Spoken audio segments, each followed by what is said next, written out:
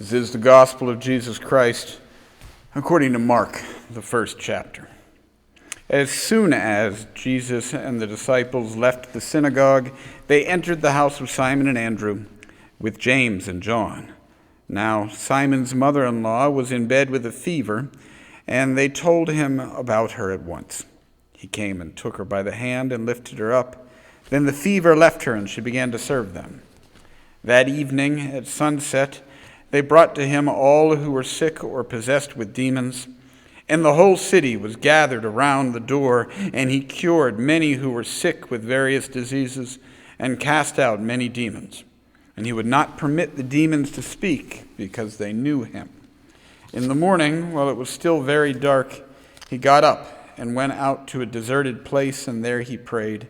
And Simon and his companions hunted for him. When they found him, they said to him, "Everyone is searching for you." He answered, "Let us go on to the neighboring towns, so that I may proclaim the message there also. For that is what I came out to do." And he went throughout Galilee, proclaiming the message in their synagogues and casting out demons. This is the gospel of the Lord. Praise to you, O Christ. So Mark's gospel follows Jesus from the last town into this one and then on to the next. Everything happens immediately or as soon as, in what Mark paints as a beeline between the beginning of Jesus' ministry and the cross. Matthew and Luke don't paint it as such a direct line, but for Mark, Jesus came specifically to do battle with the devil, and it is the cross and not the desert that will be the arena in which that happens. On the march from baptism to that moment, the gospel narrative is right there with Jesus the whole way, as it should be. The good news that we have to share, which is what the word gospel means, is that God, who created all things, became one of us in the person of Jesus Christ. Lived as one of us, suffered as one of us, died as one of us, and was resurrected in what is promised to be as one of us. That's the story that Mark, and also Matthew and Luke, and even John were endeavoring to tell. It's the story that we, as people of faith, have to share. That story is the core of who we are as a people of faith. We shouldn't let it be obfuscated by the tasks to which we believe the story mandates us. The gospel is a story. We should tell it plainly, clearly, and well. Now, having said that, in the way that Marvel and Star Wars spin off a seemingly infinite amount of comment or content based on a small amount of core characters, I find myself wondering, what happened to the people in these towns after Jesus left? We know that some of them followed after him. We know that because the disciples tell him that everyone is searching for him. We know that because in subsequent chapters, the crowds begin to arrive in certain places before Jesus and the disciples even get there. We know that some of them felt called to go follow along with Jesus and the disciples, and they remained in the core part of the story. We know that others also followed along and remained there, but they did it because they were angered or frightened by the instability that Jesus could represent to a people living under the threat of Roman reprisal. And it was not an unfounded fear. By some accounts, 3 million died when Rome finally decided to lay siege to Jerusalem. We know that these people stayed in the story because they show up within the story to challenge Jesus again and again. Eventually, they will send him to the cross that Mark has him so hurriedly rushing towards. I want to know about the people who didn't follow along. They had an encounter with Jesus, one being with the Father through whom all things were made. Some of them were healed by him. Some of them were set free from demons who Jesus doesn't even allow to speak. In a very real, natural, and human way, they had a brush with the supernatural, the divine. And like Zebedee, who watched his sons go off with Jesus, they were content to go back about their work the next day, to continue in their own stories. I find it impossible to believe that they were unchanged by the encounter, but our focus on this one story we have to tell often makes us believe they were. In ways both great and small, we Christians often suggest that the story and life of Jesus has only impacted someone if we can physically see the grand change, if they lay down the tools of one life and pick up the tools of another. We love stories of a ne'er-do-well who makes the 180-degree shift and serves the community, or of fishermen who go off to fish for men. We make movies about that stuff.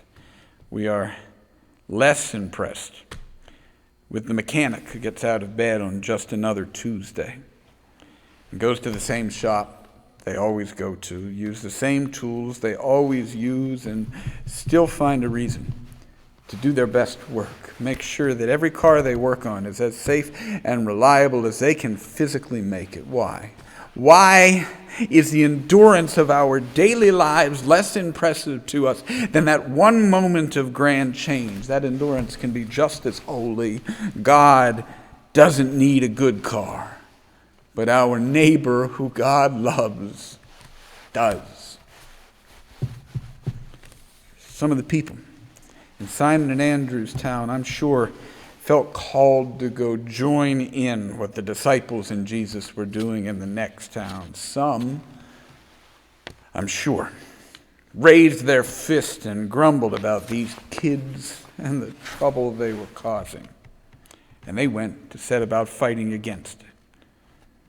But I think, and there's no way to know this from the gospel narrative, but I think most likely quite many more got up the next day, went to whatever version of a shop they went to every day, and on the surface of it, the day looked the same.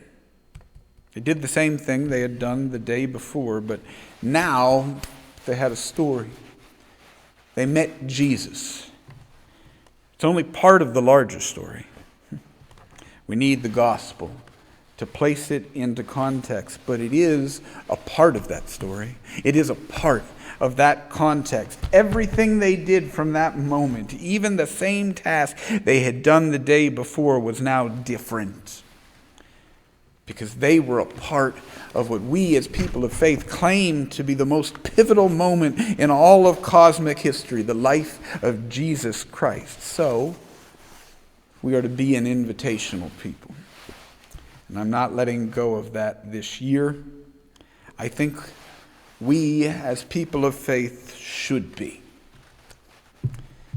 And if we do it well, if we do it clear and compassionately and with hearts and ears willing to listen, there are two things I think we can learn from this story.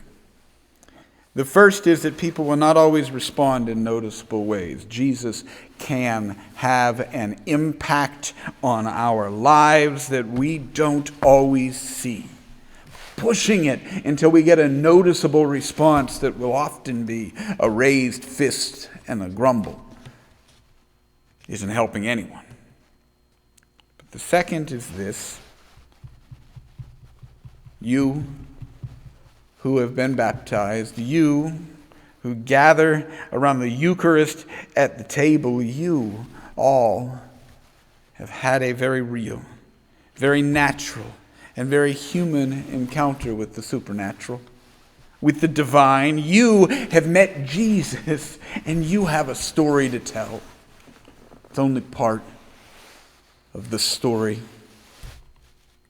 but it is a part of that story. It is a part of that context.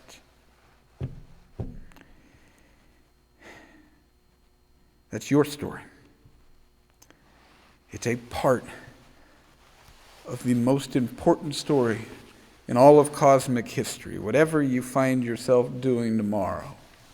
Whether you feel called to some grand new mission over the next hill in your life, or simply find the strength for one more day of the work you have already begun, or maybe you wake up struggling for either, you have a story.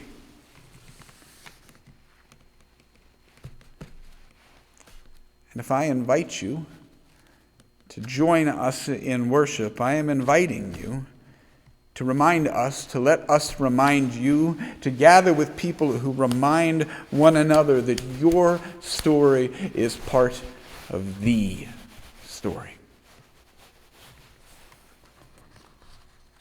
And that's worth telling.